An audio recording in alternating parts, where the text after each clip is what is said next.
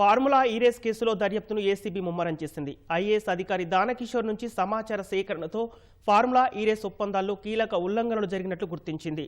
దానకిషోర్ వాంగ్మూలం విశ్లేషించాక బిఎల్ఎన్ రెడ్డి, అరవింద్ కుమార్కు నోటీసులు ఇచ్చి విచారించనుంది. ఆ తర్వాతే కేటీఆర్ను ప్రశ్నించే అవకాశాలున్నట్టు తెలుస్తోంది. ఫార్ములా ఈ-రేస్ కేసులో ఏసీబీ దూకుడు పెంచింది. మున్సిపల్ శాఖ, ఫార్ములా ఈ ఆపరేషన్స్ లిమిటెడ్ల మధ్య జరిగిన ఒప్పందంలో చోటు చేసుకున్న ఉల్లంఘనలపై అధ్యయనం చేస్తోంది. ఈ క్రమంలో కేసు ఫిర్యాదుదారు పురపాలక శాఖ ముఖ్య కార్యదర్శి దానకిషోర్ నుంచి పలు విడతలుగా సమాచారం సేకరించింది.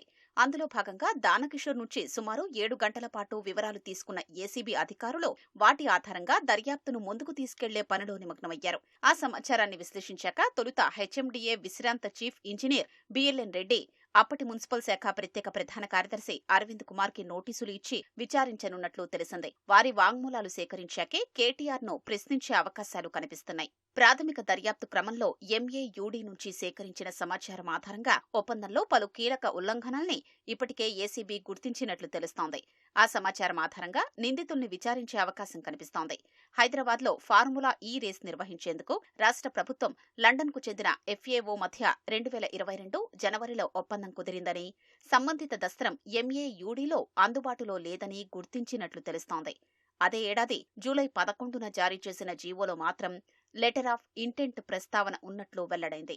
రేస్ నిర్వహణకు సంబంధించిన అధికారిక ఒప్పందంపై సంతకం చేయడానికి ముందే ఆ జీవో ఆధారంగా మున్సిపల్ శాఖ మంత్రి కేటీఆర్ అధ్యక్షతన అప్పటి ప్రభుత్వం మేనేజింగ్ కమిటీ ఏర్పాటు చేసినట్లు తేలింది. 2022 అక్టోబర్ 25న హైదరాబాద్లో 9, 10, 11, 12 సీజన్లలో ఫార్ములా ఈ రేస్లు నిర్వహించేందుకు MAUD, SCO, Ace next gen private లిమిటెడ్ల మధ్య త్రైపాక్షిక ఒప్పందం కుదిరింది. ఒప్పందం కుదుర్చుకునేటప్పుడు సీజన్ 9 కోసం నిధుల్ని ఖర్చు చేయడానికి ప్రభుత్వంలోని కాంపిటెంట్ అథారిటీ నుంచి అరవింద్ కుమార్ ఏ ఆమోదం తీసుకోలేదని, ప్రభుత్వం ఎలాంటి ఉత్తర్వులు జారీ చెయ్యలేదని గుర్తించింది. మొదటి ఒప్పందం ప్రకారం ఈ ఫిబ్రవరిలో జరగాల్సిన సీజన్ 10 రేస్ కోసం ఏఎస్ నెక్స్ట్ జెన్ స్పాన్సర్గా ఎస్సీఓకి రుసుం చెల్లించాలి. అందులో భాగంగా 2023 మే నాటికి తొలి వాయిదాగా 50% సొమ్ము చెల్లించాల్సి ఉన్నా చెల్లించకపోవడంతో 2023 సెప్టెంబర్లో ఎస్సీఓ ప్రతినిధులు మున్సిపల్ శాఖ అధికారులతో సమావేశమయ్యారు. రుసుం చెల్లించే బాధ్యతను ప్రభుత్వమే తీసుకోవాలని కోరగా ఆ ప్రతిపాదనకు అనధికారికంగా అంగీకరించినట్లు తేల్చారు.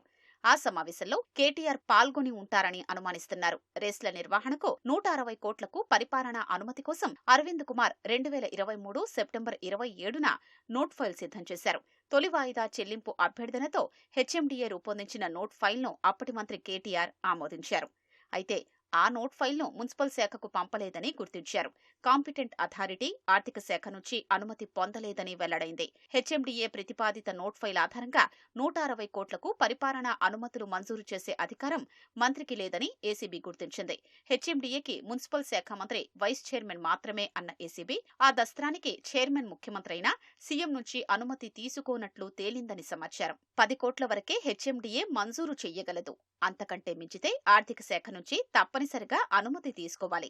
ప్రభుత్వ అనుమతితోనే చెల్లింపులు చెయ్యాలి. కానీ అలాంటివి ఏం లేకుండానే గ్రేట్ బ్రిటన్ పౌండ్ల రూపంలో 2023 అక్టోబర్ 5న 23 కోట్లు, అదే నెల 11వ తేదీన మరో 23 కోట్లు పంపినట్లు తేల్చారు. ఆ 2 సందర్భాల్లో విదేశీ పన్ను చెల్లింపులకు సంబంధించి ఆర్బీఐ నిబంధనలు పాటించనట్లు తేలింది.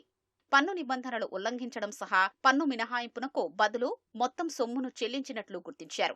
ఆ మొత్తం వ్యవహారంలో బ్యాంకు అధికారుల వాంగ్మూలాలు కీలకం కానుంది.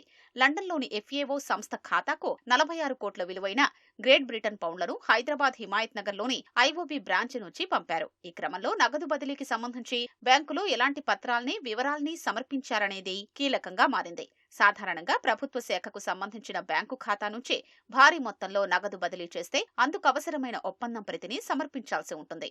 కానీ ఎలాంటి అగ్రిమెంట్ ప్రతి లేకుండానే నగదు బదిలీకి యత్నించగా బ్యాంకు అధికారులు తొలుత తిరస్కరించినట్లు ఏసీబీ ప్రాథమికంగా గుర్తించినట్లు సమాచారం. అయితే వారిపై ఒత్తిడి చేశారని, సంబంధం లేని జీవోను ఒప్పంద పత్రంగా చూపించారని, ఆ తర్వాత నగదును బదిలీ చేయించారని అనుమానాలు వ్యక్తమయ్యాయి. ఈ నేపథ్యంలోనే బ్యాంకు అధికారుల వాంగ్మూలం సేకరించడంపై ఏసీబీ దృష్టి సారించినట్లు తెలుస్తోంది.